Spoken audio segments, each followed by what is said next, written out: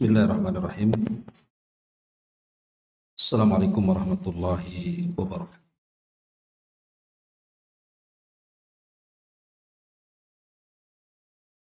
Alhamdulillah wassalatu wassalamu ala Rasulillah wa ala alihi wa sahbihi wa mawalah wa la hawla wa la quwwata illa billahi wa ba'd. Alhamdulillah, segala puja dan pujian milik Allah Subhanahu wa taala. Salawat dan juga salam kita hadiahkan kepada Rasul kita Nabi besar Muhammad sallallahu alaihi wa ala alihi wasallam. Alhamdulillah, di siang hari ini kembali kita bisa duduk di majelis ilmu sekalipun cuaca di luar hujan, tapi insyaallah hujan membawa rahmat. Dan sambil menunggu yang lainnya atau yang tidak bisa datang juga bisa lewat media, karena ini juga disiarkan di Umairah Channel, bisa dilihat di YouTube. Dan pembahasan di siang ini kita akan membahas di bawah naungan kenabian dan juga kerasulan. Kemudian mu'allif pengarang Syekh Al-Mubarakfuri mengawali pembahasannya dengan menjelaskan sebuah gua yang sangat bersejarah yang disebut dengan Gua Hira. Ada apa dengan Gua Hira ini? Ma'asyiral muslimat yang dimuliakan Allah Subhanahu wa taala. Kita baca dulu baru kita jelaskan. Jadi tatkala usia beliau sudah mendekati 40 tahun, sekitar 3 tahun sebelum diangkatnya menjadi nabi. Dan perenungan yang terdahulu telah memperluas jurang pemikiran antara diri beliau dan juga kaumnya. Beliau mulai suka mengasingkan dirinya. Karenanya beliau membawa roti yang terbuat dari gandum dan bekal air menuju Gua Hira. Lah Gua Hira sendiri terletak di Jabal Nur. Biasanya kalau orang umroh, biasanya ada traveling. Kalau di Mekah itu diajak berkeliling ke tempat-tempat sejarah. Lah salah satunya biasanya bus akan berhenti di Jabal Nur. Lah Jabal Nur sendiri dijelaskan di sini hampir 2 mil menuju Gua Hira itu dari Mekah. Ada yang mengatakan 4 kilometer. Dari Mekah ke Jabal Nur itu sekitar 4 kiloan.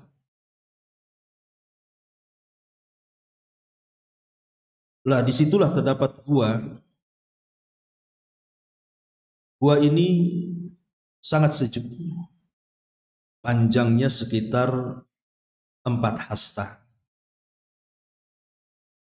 1 hasta berapa? Setengah meter. Berarti kalau 4 hasta berarti cuma 2 meter. Lebarnya hanya 1,75 hasta. Berarti kan kecil tuh. Lubang jadinya kan. Karena dalamnya 2 meter. Sementara lebarnya ya sekitar 1 meter kurang. Jadi memang sangat sempit sekali.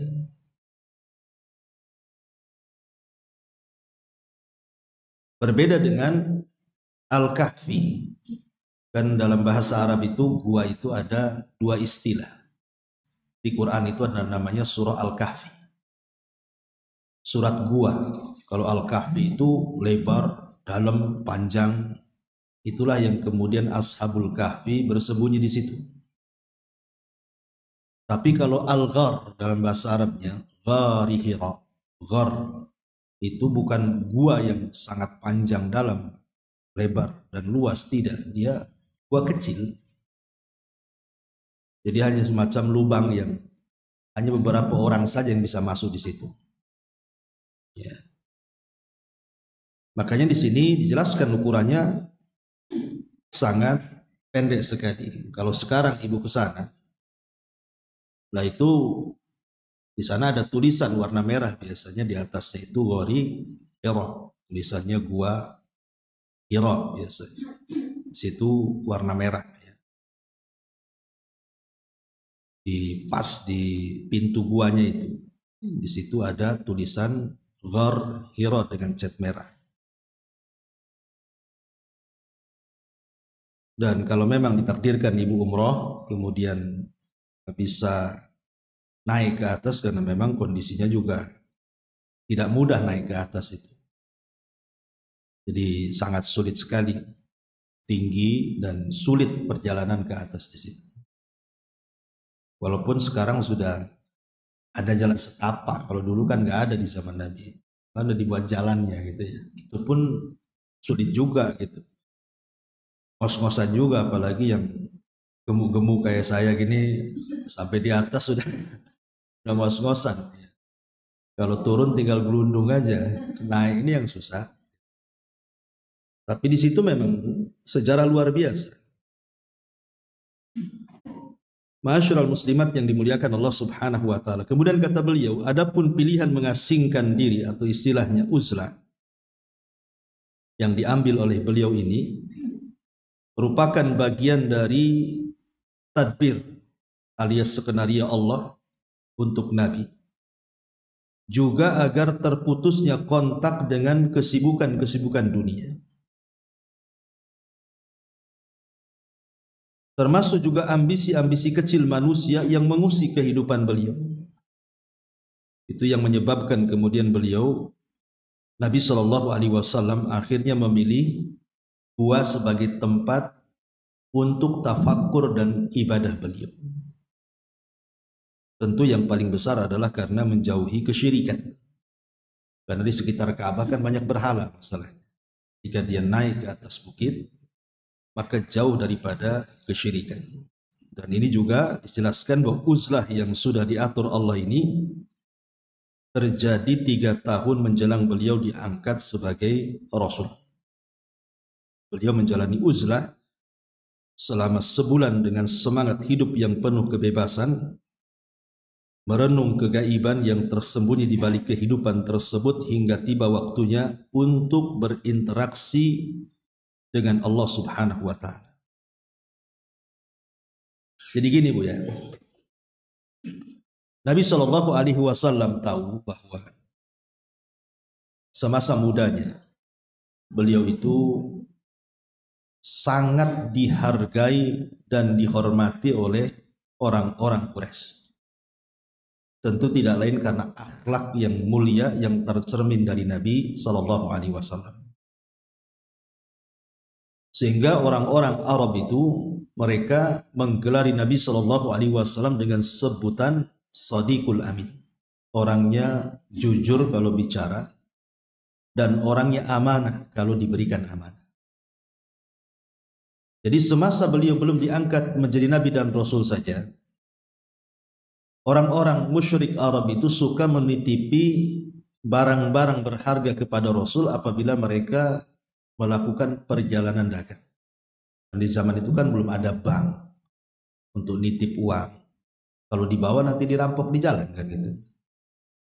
Makanya barang-barang berharga, karena uang kan di zaman itu pakai dinar, pakai emas, pakai dirham, pakai perak gitu ya. Makanya terkadang dititipkan kepada Nabi SAW. Tapi Rasul itu orangnya aman. Dia akan mengembalikan sesuai dengan titipannya. Kalau sekarang baru arisan saja udah dibawa lari tuh. Kan gitu ya. Orang sekarang ini aneh-aneh penipuannya. Susah zaman sekarang cari orang aman. Bahkan travel umroh saja bawa lari pula uang jamaah. Dan Nabi Shallallahu Alaihi Wasallam itu betul-betul amanah, ya dikembalikan sesuai dengan amanah yang diberikan kepada dia.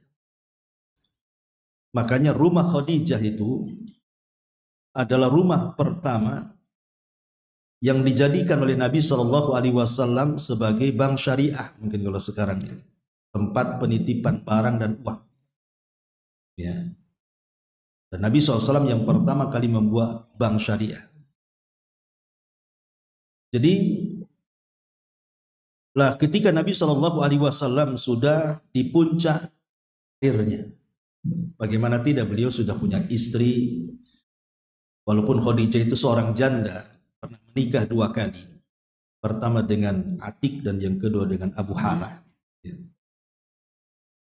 Tetapi Khadijah itu wanita mulia, karena memang selain daripada kecantikannya, dia juga memiliki kekayaan dan kehormatan.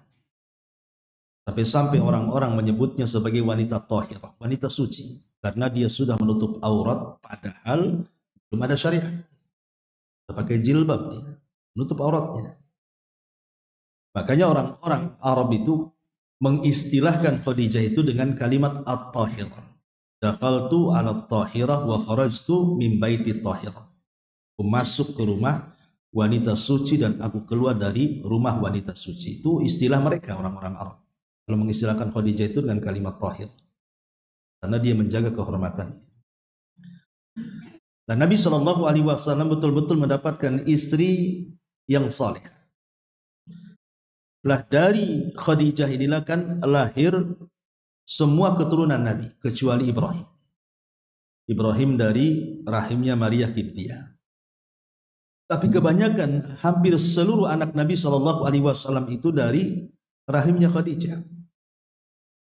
Dan itu berdasarkan lisan Rasul sendiri ketika melihat kecemburuan Aisyah Ummul Mukminin radhiyallahu anha. Saat Rasul selalu menyebut-nyebut Khadijah padahal Khadijah sudah meninggal. Maka Nabi SAW berikan jawaban kepada Aisyah, bagaimana aku tidak cinta dengan Khadijah, kata Rasul. Dia yang beriman kepadaku saat manusia kufur, dia yang menyumbangkan hartanya saat manusia bakhil, dia yang pertama kali masuk Islam saat manusia kufur, dan dari rahimnya keluar keturunanku, kata Nabi. Jadi memang Rasul yang mengatakan dari rahim Khadijah semua keturunan Nabi Shallallahu Alaihi Wasallam, bahkan sampai hari ini dan sampai kiamat dibangkitkan, turunan Rasul itu dari Khadijah lewat jalur Fatimah, Hasan dan Husain, cucunya. Ya. Nah, setelah kemudian Nabi SAW dianugerahkan anak-anak, 4 wanita dan 2 laki-laki dari Khadijah. Pertama Zainab, kemudian Ruqayyah, kemudian Ummu Kulthum dan Fatimah. Kemudian anak laki-laki Qasim meninggal, dan itu pula yang menjadikan kunyah Rasul Abul Qasim, dari anak pertamanya. Ya. Kemudian yang kedua At-Tayyib, atau disebut dengan Abdullah karena lahir setelah diangkat jadi nabi, tapi juga meninggal juga di waktu bayi. Termasuk juga setelah hijrahnya beliau punya anak juga dari Maria namanya Ibrahim, meninggal juga di usia setahun 8 bulan. Jadi semua anak laki-laki Rasul memang meninggal di waktu bayi, kecuali anak wanitanya. Baru mereka meninggal setelah menikah. Zainab meninggal setelah menikah, Ruqayyah juga sama, Ummu Kulthum sama, termasuk Fatimah. Tapi semua meninggal sebelum Nabi meninggal. Dan Nabi yang menguburkan mereka semuanya, kecuali Fatimah. Kalau Fatimah kan meninggal 6 bulan setelah Nabi meninggal. Dan usia masih muda, Fatimah meninggal di usia 24 tahun. Jadi Fatimah itu masih muda, karena usianya juga lebih muda daripada Aisyah, lebih tua daripada Aisyah sedikit. Dan ketika dia lahir itu, Nabi baru dia angkat menjadi Nabi itu 2 tahun.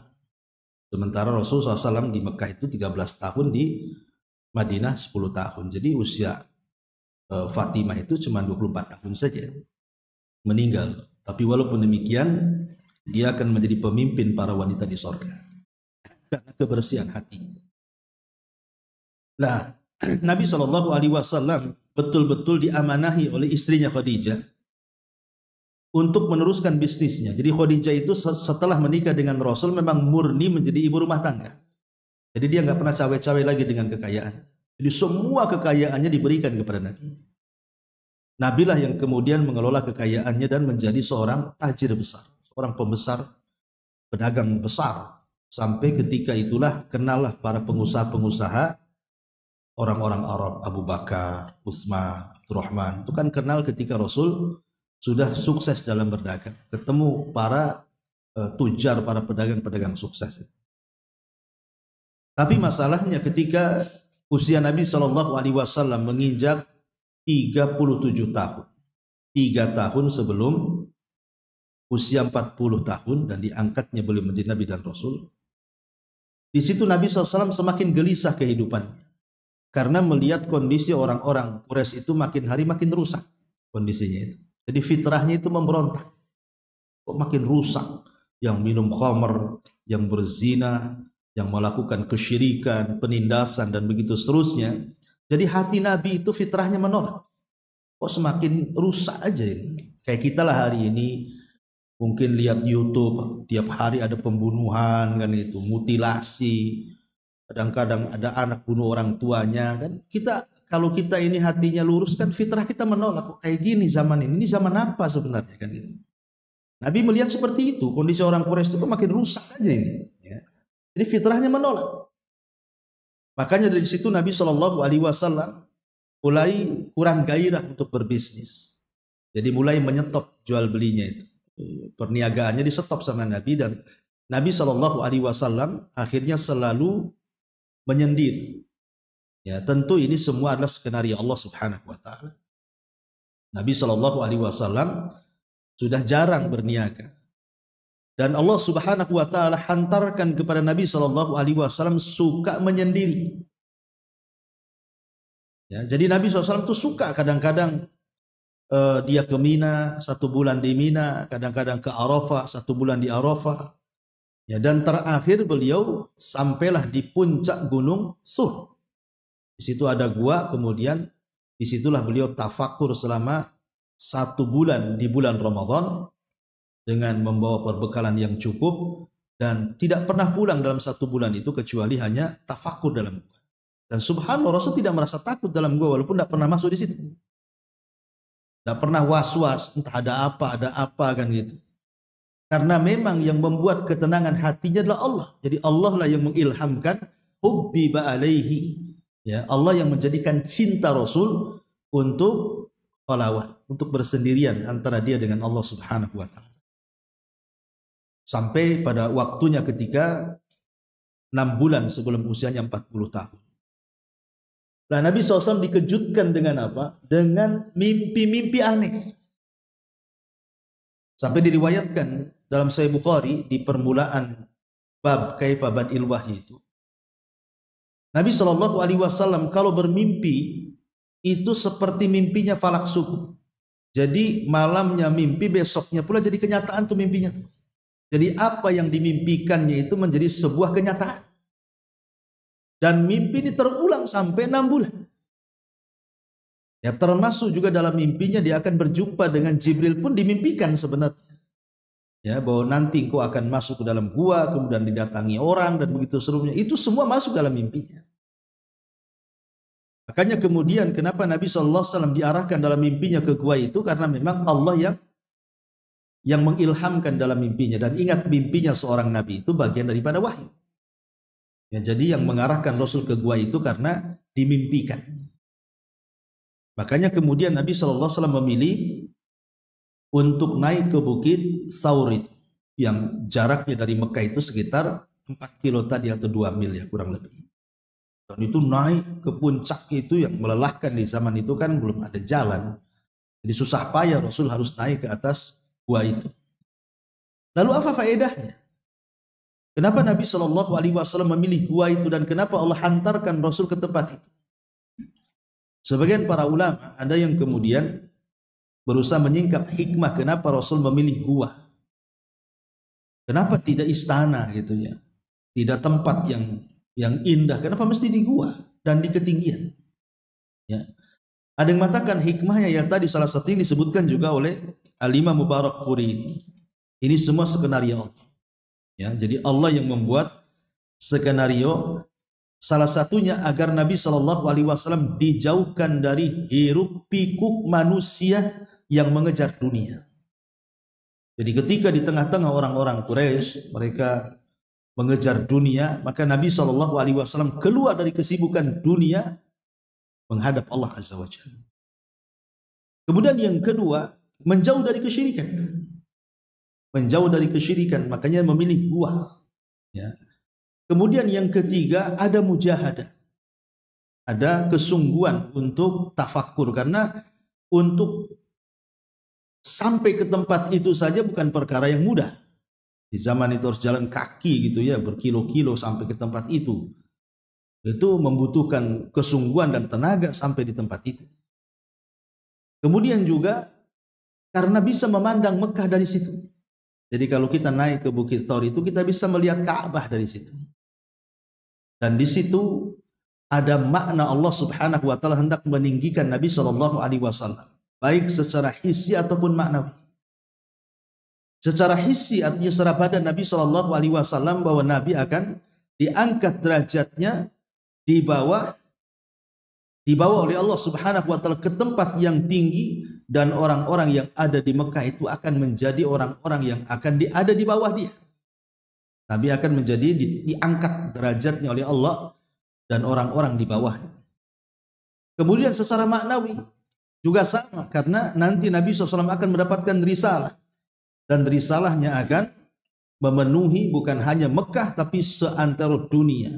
Dan ketinggian itu artinya semakin tinggi berarti semakin dekat dengan Allah. Karena Allah berada di langit, artinya semakin tinggi mendekati langit berarti semakin dekat dengan Allah Azza wa Jalla. Dan banyak hikmah disebutkan kenapa memilih gua gitu ya. Dan gua Sur pula di tempat ketinggian. Masyaallah muslimat yang dimuliakan Allah Azza wa Jalla. Yang luar biasa adalah, dan ini pelajaran bagi ibu-ibu ya, bagi para ummahat, bagaimana Khadijah bintu Khuwailid itu beliau mengikhlaskan suaminya untuk tafakur sendirian. Jadi beliau buatkan bekal secukupnya. Kemudian Nabi Shallallahu Alaihi Wasallam pergi dan Khadijah tidak menyusul beliau. Ya, tidak ingin udahlah biar sama saya saja ke sana kan gitu ya. Dan Khadijah tidak membuat pusing suaminya. Kan kalau ibu-ibu 2 hari suami pergi saja dah pusing tuh. SMS, di mana Bang? Sama siapa? Ngapain? Ya, tolong jawab. Kalau enggak saya blokir. Terakhir ngancam kan itu. Tapi Khadijah kan tidak, karena tahu bahwa namanya suami itu kan ada perkara-perkara yang istri tidak bisa ikut campur di situ. Mungkin dia ada urusan dengan kawannya, mungkin dia pusing di rumah pengen cari angin segar, mungkin ada pekerjaan yang tidak mau diceritakan pada istrinya kan. Masing-masing punya kesibukan. Ya. Jadi ini juga pelajaran gitu ya. Memberikan juga ruang untuk suami itu supaya press gitu dengan di luar rumah. Kalau memang jelas gitu ya, tapi ada juga suami-suami yang kurang ajar gitu ya. Maksudnya kita bicara suami-suami yang baik gitu di sini. Jadi Khadijah yang membiarkan Nabi SAW pergi, walaupun 1 bulan lagi, bayangkan ditinggal, hanya untuk duduk dalam gua lagi. Tapi itu kan kehendak Allah Azza wa Jalla. Khadijah paham ya apa yang dilakukan suaminya. Dia tidak mau membuat pusing suaminya. Sampai pada waktunya, maka di sini Mubarak Furi membuat bab tentang Jibril dan turunnya wahyu. Jadi ketika Nabi Shallallahu Alaihi Wasallam genap di usia 40 tahun, genap di usia 40 tahun yang merupakan puncak kematangan.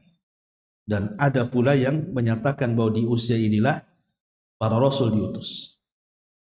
Jadi usia 40 tahun itu usia matang-matangnya manusia, baik laki-laki atau perempuan. Kenapa demikian? Karena umumnya di usia 40 tahun itu sebagian besar nikmat Allah sudah Allah berikan. Biasanya di usia 40 tahun bagi laki-laki atau perempuan itu sudah punya pasangan. Ya. Dan sebagian mereka sudah punya keturunan, sebagian mereka sudah punya tempat tinggal, dan sebagian mereka sudah punya pekerjaan yang mapan. Itu biasanya usia 40 tahun. Dan sudah stabil biasanya cara berpikirnya. Emosinya itu sudah bisa ditekan, gitu. Lain dengan usia-usia di bawah itu yang melunjak-lunjak.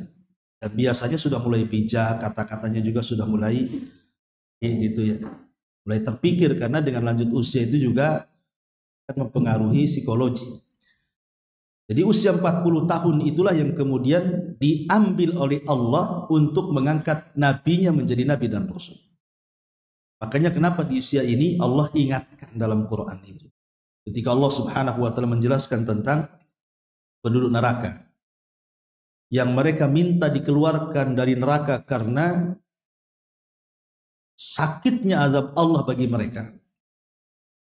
Maka Allah Subhanahu wa taala ingatkan mereka dengan mengatakan, awalam nu'ammirkum ma yatadzakkaru fihi man tadzakkar wa ja'akumun nadhir. Tidakkah dulu waktu di dunia aku berikan umur yang panjang loh kepada kalian. Ulama tafsir mengatakan maksudnya usia-usia 40 tahun ke atas.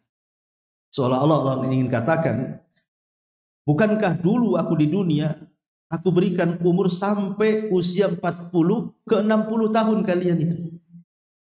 Kemanakan usia itu maksudnya? Kok sekarang kalian masuk neraka ingin dikembalikan pula ke dunia? Padahal waja'akumun nadhir, peringatan-peringatan sudah banyak datang kepada kalian. Sebagian tafsir ada yang mengatakan bahwa peringatan di situ artinya uban yang ada di kepala. Ya, uban yang ada di kepala kita itu peringatan sebenarnya. Biasanya orang keluar uban itu kan di usia 40 tahun ke atas, mulai banyak. Ya. Apalagi 50-60 tahun sudah mulai penuh. Makanya ada orang yang tidak mau awet tua, disemirlah dia warna hitam supaya muda lagi. Ya padahal tua itu kan nggak ada obatnya, ya tua lah, nunggu mati aja kan itu. Mau disemir hitam tiap hari pun kalau udah ajalnya dekat, ya dekat ajal dia. Tapi yang jelas bahwa usia 40 tahun itulah usia matangnya orang. Disitulah Nabi SAW diangkat menjadi Nabi dan Rasul. Makanya kata beliau di sini bahwa itulah puncak kematangan, dan ada pula yang menyatakan bahwa di usia inilah para Rasul diutus. Jadi bukan Rasul saja, semua para Nabi dan Rasul rata-rata diutus di usia 40 tahun. Ya. Nah disinilah ketika Nabi SAW berada di dalam gua. Ketika itu bertepatan dengan bulan Ramadan ya. Maka Jibril kemudian tiba-tiba datang dalam bentuk manusia. Dalam bentuk orang yang sangat tampan, sangat wangi. Ya. Karena Jibril itu kalau mendatangi Nabi SAW saja, setelah diangkatnya menjadi Nabi dan Rasul, selalu membentuk dirinya dengan sahabat yang paling tampan dari sahabat-sahabat Muhajirin. Siapa? Dihyah al-Kalbi. Jadi ada seorang sahabat namanya Dihyatul Kalbi. Dihyatul Kalbi ini seorang sahabat Nabi SAW yang sangat tampan. Sampai-sampai dijelaskan, kalau dia berjualan berniaga ke Syam itu, sampai wanita-wanita Syam itu terbelalak melihat ketampanan Dihyah ini. Jadi Jibril itu kalau datang menakutkan, tidak menyerupai Abu Jahal, tidak. Jadi menyerupai sahabat yang paling tampan, Dihyah al-Kalbi. Hanya Rasul suka berjumpa dengan Jibril karena orangnya tampan. Kalau menyerupai itu dengan sahabat yang paling tampan. Sampai Aisyah itu tersilap lihat gitu ya. Loh kok Nabi sama Dihyah? Padahal bukan Dihyah, itu malaikat Jibril. Ya.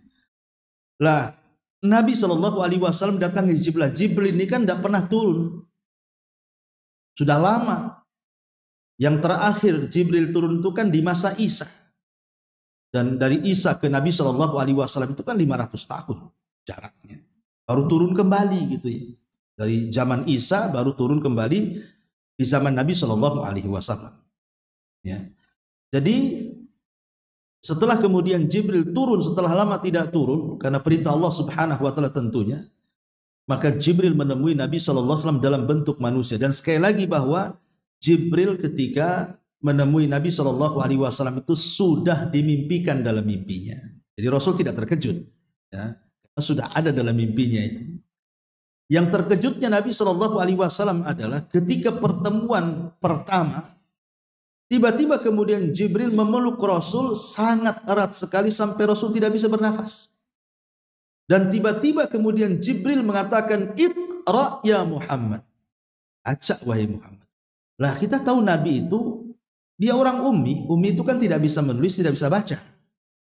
Jadi disangkanya Jibril mengatakan Iqra, bacalah wahai Muhammad. Rasul suruh baca. Namanya orang nggak bisa baca suruh baca ya. Rasul mengatakan ma Nabi qori, saya nggak bisa baca kata Rasul. Ya. Maka kemudian Nabi Shallallahu Alaihi Wasallam mengatakan ma Nabi qori, saya tidak bisa baca. Dalam riwayat ma a'lamu bil qiraah, saya tidak tahu cara baca. Maka dilepaskan oleh Jibril. Kemudian setelah dilepaskan dipeluk lagi, lebih erat daripada yang pertama. Lebih tidak bisa bernafas lagi Nabi. Kemudian Jibril pula lah kemudian mengucapkan kata-kata yang sama, Iqra ya Muhammad. Baca wahai Muhammad.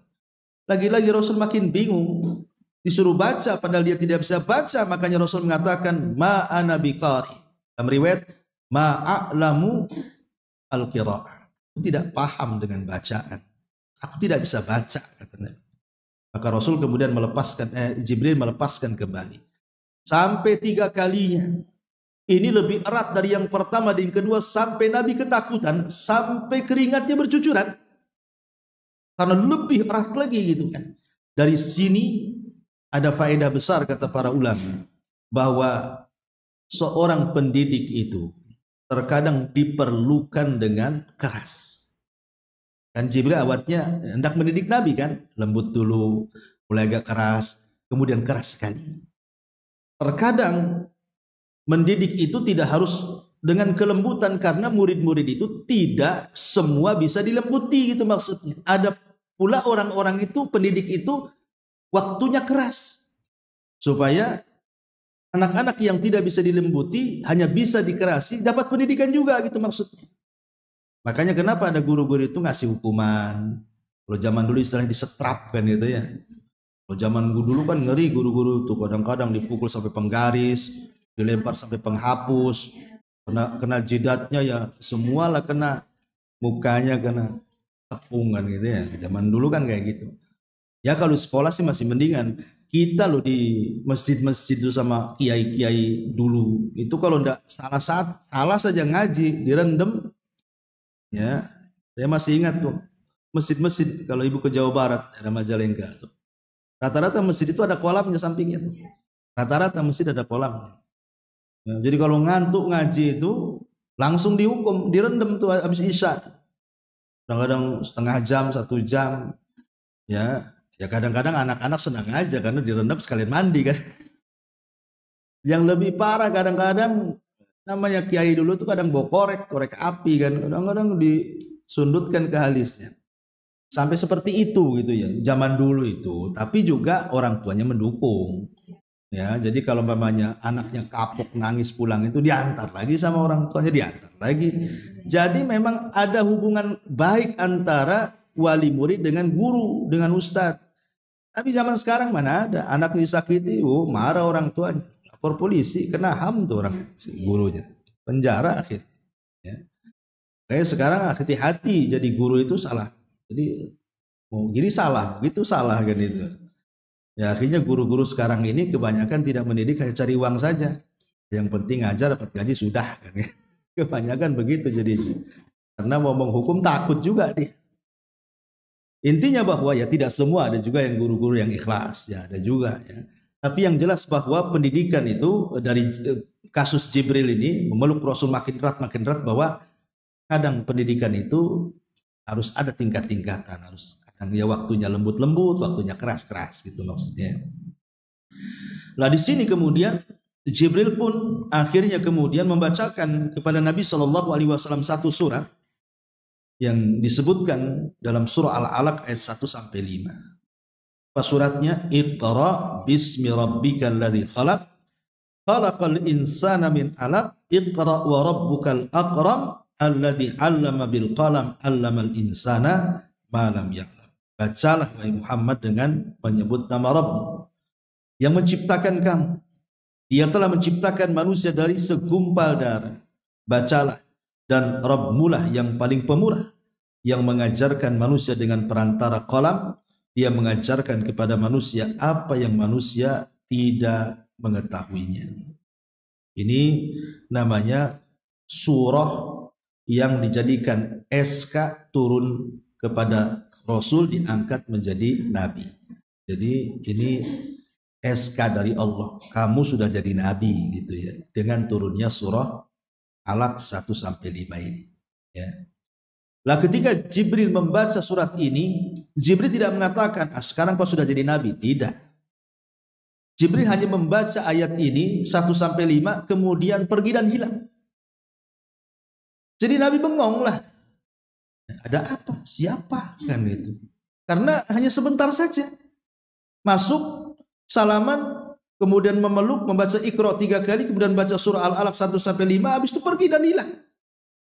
Takutlah Nabi ini. Siapa yang datang? Jangan-jangan jin, jangan-jangan setan, jangan-jangan apa kan gitu. Makanya Nabi SAW langsung pulang. Setelah peristiwa itu langsung pulang. Ketakutan dia. Kemudian sesampainya ke rumah Khadijah, maka diceritakan apa yang dialaminya. Ya, karena kalau mungkin datangnya siang-siang sih masih mending lah kan. Ini datang malam-malam. Coba pakaian putih lagi. Malam-malam gitu ya, mendekati fajar. Datang gitu, tahu-tahu ngajari sesuatu langsung pergi dan menghilang tidak tahu kemana. Makanya Rasul menceritakan dari awal peristiwa ini kepada Khadijah sampai tahu bahwa Nabi SAW ketakutan, maka Khadijah pun kemudian menyelimuti Nabi SAW sampai betul-betul hilang rasa takut. Tapi Khadijah istri yang cerdas, dia hibur suaminya. Sampai-sampai Khadijah mengatakan, kalla wallahi la yuhzikallahu abada. Tidak sama sekali wahai suamiku, peristiwa itu bukan petunjuk Allah akan menghinakan kamu. Kemudian Khadijah menyebut-nyebut kebaikannya. Innaka latasilur rahim. Karena engkau itu suka menyambung silaturahim. Wa tahmilul kalla, suka menanggung beban orang lain. Wa taqsibul ma'dum, suka membantu orang lemah. Wa taqrid dhaifa, suka menghormati tamu. Wa tu'inu ala nawaibil haq, dan suka menolong dalam kebaikan. Dalam riwayat wa tasduqal hadis, dan engkau ini kalau ngomong itu orangnya jujur. Kenapa kemudian Khadijah menyebutkan akhlak dan kebaikan Nabi SAW? Bahwa peristiwa itu tidak mungkin membawa sial, tidak membawa kehinaan kepada Nabi, karena enggak mungkin orang baik dihinakan gitu maksudnya. Jadi Khadijah itu tidak makin kemudian membuat panik Nabi. Itu juga pelajaran bagi ibu-ibu kan, jangan suka buat panik suami.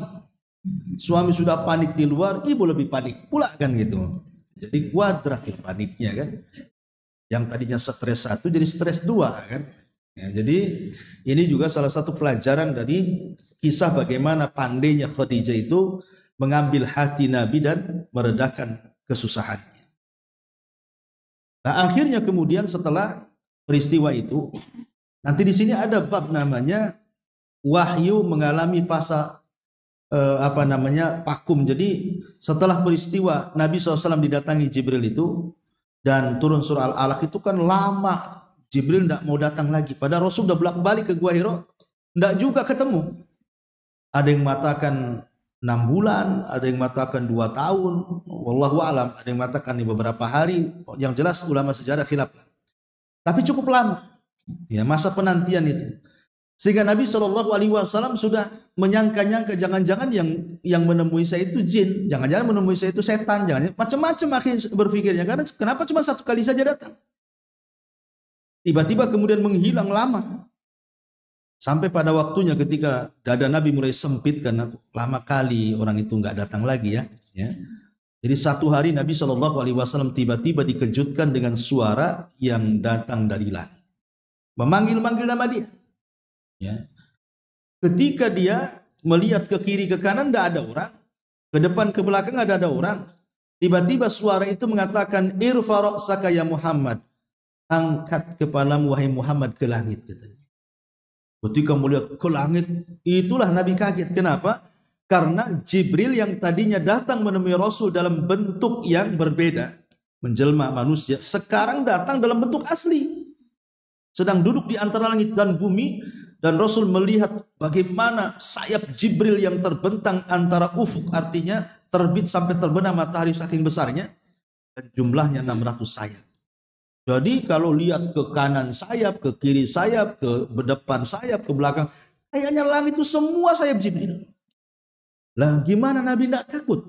Ya melihat makhluk sebesar itu yang sebelumnya tidak pernah dilihat sebelumnya oleh Nabi SAW. Kayak ibu lah main-main ke Jabal Uhud, tiba-tiba main-main ke hutan sana, ketemu dinosaurus gitu ya. Bangga ketakutan tuh menggigil. Oh, ada dinosaurus di sini katanya.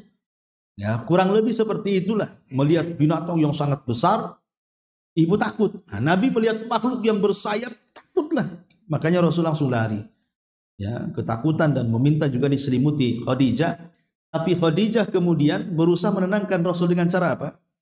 Dengan cara membawa Nabi berkonsultasi dengan Waraqah ibn Naufal. Yang kebetulan Waraqah itu masih kerabat dengan Khadijah. Dan Waraqah sudah beragama Nasrani. Ya, walaupun musyrik Arab itu rata-rata mereka penyembah berhala. Tapi Waraqah diam-diam itu dia mempelajari agama Nasrani. Tentu agama Nasrani yang dipelajari Waraqah itu agama Nasrani yang murni. Ya, yang betul-betul mentauhidkan Allah sesuai dengan ajaran Isa bin Maryam. Makanya kemudian Khadijah membawa kepada Waraqah karena tahu Waraqah punya pengetahuan tentang itu. Makanya kemudian setelah itu Waraqah menjelaskan bahwa makhluk yang kau temui wahai Muhammad, namus yang kau temui, namus itu artinya makhluk yang bersayap. Ya. Jadi namus yang kau temui itu wahai Muhammad itu adalah Jibril yang pernah turun kepada Isa dan Musa. Jadi Waraqah punya pengetahuan tentang itu. Artinya engkau akan menjadi seorang nabi. Masalahnya kata Waraqah, kalau engkau sudah diangkat menjadi nabi, maka dipastikan seluruh orang-orang Mekah akan mengusirmu. Dan Nabi makin bingung lah. Gak mungkin lah orang-orang mengusirku wahai Waraqah. Saya ini dikenal kejujurannya, dikenal amanahnya. Orang-orang menghargai dan menghormati saya. Orang-orang menyanjung saya, memuji saya. Masa mereka mengusir saya? Ya. Maka Waraqah menegaskan bahwa siapapun yang membawa apa yang kau bawa wahai Muhammad, kecuali pasti akan disakiti, pasti akan diuji. Tapi kata Waraqah, seandainya masa itu sudah berlaku padamu, artinya orang-orang musyrik itu mulai mengusirmu karena engkau mendakwahkan tauhid, dan aku masih muda kata Waraqah, maka akulah yang akan menolongmu. Tapi sayang Waraqah beberapa bulan setelahnya kan meninggal, 6 bulan setelahnya meninggal. Jadi tidak sempat mengetahui kerasulan. Jadi Waraqah itu hanya sampai kenabian saja. Dia beriman dengan kenabian, tapi sebelum Nabi diangkat menjadi Rasul, Waraqah sudah meninggal. Makanya Waraqah tidak dianggap sahabat. Ya, dia Muslim, tapi bukan sahabat Nabi. Karena dia meninggal sebelum Nabi jadi Rasul masalahnya. Sebelum berdakwah. Mengajak manusia, Waraqah sudah meninggal. Ada yang mengatakan dia disebut muhadram. Ya. Muhadram itu ya orang yang masuk Islam dan tidak berjumpa kerasulan Nabi SAW. Tidak berjumpa dengan Rasul saat Nabi diangkat menjadi Rasul. Makanya disebut muhadram. Dari sini terjadi silang pendapat tentang siapa yang beriman pertama kali kepada Rasul dari kalangan orang dewasa. Ada yang mengatakan Abu Bakar, ada yang mengatakan Waraqah ibn Naufal. Ada juga yang memerinci bahwa Waraqah ibn Naufal itu beriman hanya sebatas kenabian, tapi Abu Bakar beriman betul-betul mengikuti kenabian dan kerasulan. Makanya kenapa jumhurul ulama mengatakan kalau sudah bicara soal siapa yang pertama masuk Islam dari kalangan orang dewasa, mereka menjawab Abu Bakar. Karena dia mendapatkan kerasulan masalahnya. Ya. Baik, ma'asyiral muslimat yang dimuliakan Allah Azza wa Jalla. Lah, setelah Waraqah kemudian memberikan gambaran seperti itu, maka Nabi SAW resmi menjadi seorang nabi. Nah, setelah kemudian lewat sekitar 6 bulan setelahnya, Nabi sedang tidur. Ya, Nabi sedang tidur. Tiba-tiba kemudian Jibril turun. Ya, Jibril turun kembali membawa wahyu. Disitulah kemudian Allah Subhanahu wa taala turunkan surah Al-Mudaththir ayat 1 sampai 5 juga. Ya ayyuhal mudaththir qum fa'anzir wa rabbaka fakabbir wa thiyabaka fatahhir war rujza fahjur. Hai orang yang berselimut, bangunlah lalu berilah peringatan. Kalimat lalu berilah peringatan berarti sudah ada perintah berdakwah. Artinya bukan hanya nabi, tapi ini sudah jadi rasul. Karena sudah disuruh berdakwah masalahnya. Ya. Dan Tuhanmu agungkanlah, dan pakaianmu bersihkanlah, dan perbuatan dosamu menyembah berhala itu tinggalkanlah. Jadi turunlah surah Al-Mudaththir, berarti resmilah Nabi diangkat menjadi Nabi dan Rasul. Dan yang pertama kali beriman kepada Nabi SAW adalah Khadijah bintu Khuwailid dan anak-anaknya. Jadi inilah yang pertama kali beriman kepada ajaran Nabi SAW adalah Khadijah. Dan dia yang pertama kali sholat setelah Nabi SAW. Makanya wajar kalau Rasul mengatakan dia beriman saat manusia kufur, dia membenarkan saat manusia mendustakan, dia menginfakkan harta saat manusia bakhil, dan dari rahimnya keturunanku lahir. Itulah ucapan Nabi sallallahu alaihi wa ala alihi wasallam. Wallahu a'lam bishawab, Ibu. Ya, mungkin lebihnya Ibu bisa baca sendiri. Saya hanya meringkas ya dari ulasan ini. Kalau kita baca ya, baca diterangkan nanti nggak selesai bukunya. Dan menghabiskan waktu, makanya saya berusaha meringkas. Lebihnya Ibu baca sendiri karena nggak jauh-jauh dari apa yang saya jelaskan. Baik, sampai di sini. Kalau ada yang bertanya silahkan. Iya. Waalaikumsalam.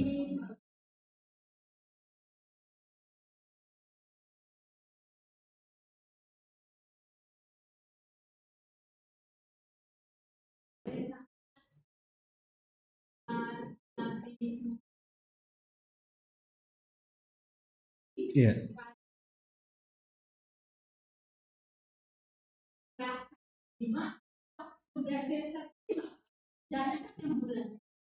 Ya setelah Mudaththir diangkat jadi Rasul. Kalau belum jadi Nabi kan belum ngajak orang.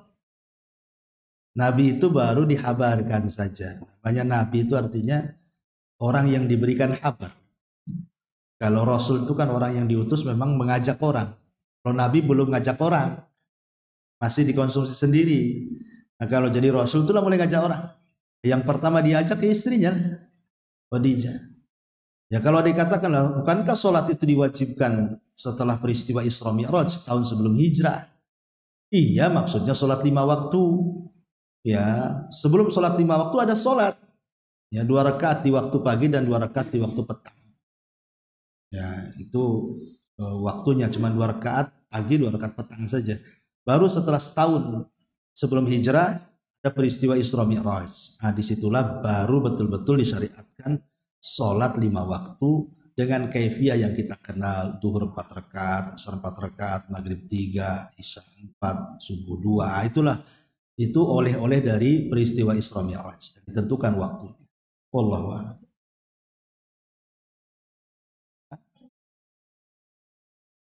Oh iya, iya.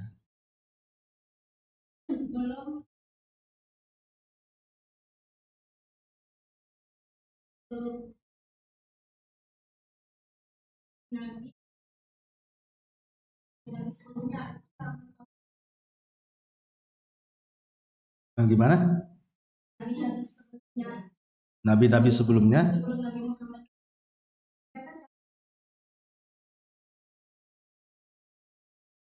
Bukan, nabi-nabi sebelumnya mereka syariat sendiri.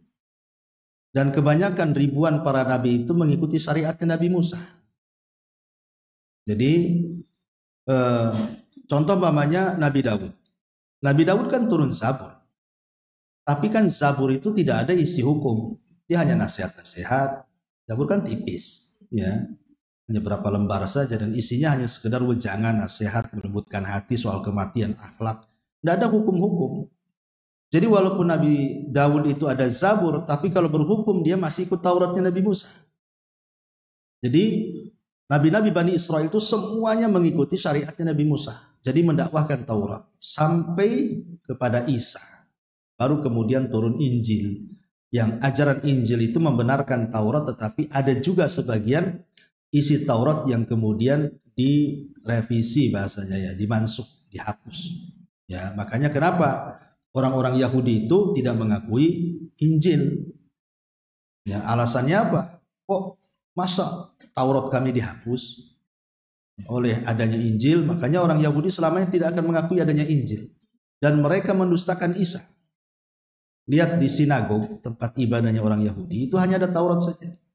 Beda kalau di gereja, ada Taurat, ada Injil, ada perjanjian lama, ada perjanjian baru. Kalau orang Nasrani mengakui adanya Taurat dan Isa, tapi kalau orang Yahudi nggak ngakui adanya Injil, itu masalahnya. Makanya orang Nasrani mengkafirkan Yahudi, dan Yahudi juga mengkafirkan Nasrani karena tidak mengakui Isa. Bahkan Isa dianggap anak zina, dan Injil itu dongengan Isa menurut Yahudi sampai hari ini. Seperti itu. Jadi intinya ya syariat dulu. Adapun Nabi SAW ketika beribadah di Gua Hira, kan disebutkan dalam hadisnya kan ya ta'abbad beribadah. Lah padahal belum ada syariat sholat, ibadah apa? Ya. Jadi tujuan Nabi SAW ke Gua Hira itu persis seperti surat Ad-Duha. Kalau kita baca Ad-Duha itu ada kalimat wa wajadaka dhallan fahada. Dan kami dapati engkau tersesat, kemudian kami berikan hidayah. Maksud tersesat di sini tidak mengenal bagaimana cara ibadah, tidak mengenal sholat, tidak mengenal puasa, karena belum diajarkan. Ya, baru Allah berikan petunjuk, diarahkan ke gua di situ. Baru di situ turunkan wahyu. Dari gua itulah pertama kali bidayah wahyu. Baru setelah itu wahyu turun terus, dicicil per ayat. Di Mekah 13 tahun, di Madinah 10 tahun, jadi genap 23 tahun, baru rampunglah Quran 30 juz. Baru di situ Rasul tahu bagaimana cara menyembah Allah dengan sebenar-benarnya. Jadi maksud ta'abbada itu beribadah di gua itu maksudnya tafakur, mengikuti fitrahnya. Ya, mengikuti fitrahnya, mengikuti syariat Ibrahim sebelumnya. Ya, tapi belum ada sholat, belum ada puasa, belum ada apa-apa, belum diajarkan. Makanya ta'abbad beribadah di situ artinya tafakur. Tafakur sesuai dengan fitrah dan syariat Ibrahim yang sebelumnya memang sudah ada di Mekah. Dan di zaman Nabi juga di masa jahiliyah syariat Ibrahim itu masih ada tersisa. Ya contohnya haji, umroh itu kan syariat Ibrahim, cuman sudah dimodifikasi, ya kan, ditambah-tambah dengan kesyirikan. Ya, di sekitar Ka'bah mereka tawaf bukan untuk Allah tapi untuk berhala. Mulai di ajaran-ajaran Ibrahim itu mulai dihapus sejak zaman Amr ibn Luhai sampai zaman Nabi SAW. Baru setelah Nabi diangkat jadi Nabi dan Rasul, mulai dibersihkan kesyirikan itu dan dikembalikan kepada ajaran Ibrahim. Wallahu a'lam. Ya.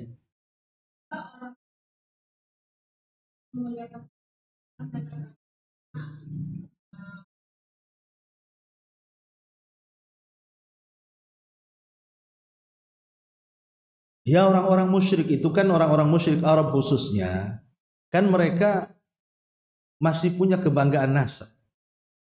Mereka semua turunan Ibrahim sampai ke Adnan, kakek buyutnya, dan Adnan sampai Ibrahim.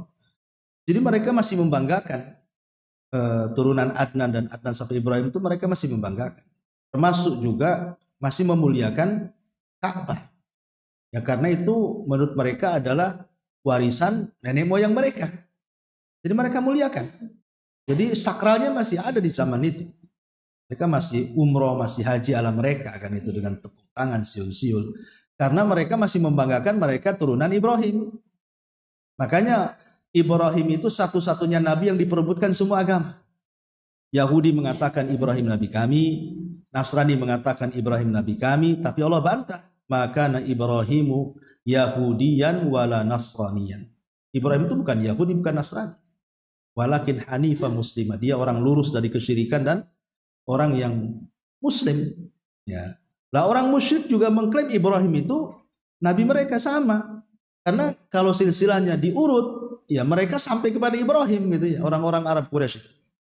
Sampai kepada suku Adnan. Termasuk nabi di dalamnya. Ya. Jadi mereka masih mengagungkan Ka'bah. Nah dianggap peninggalan kakek buyut mereka gitu. Wallahu a'lam. Baik, sampai di sini subhanaka wa bihamdika asyhadu an la ilaha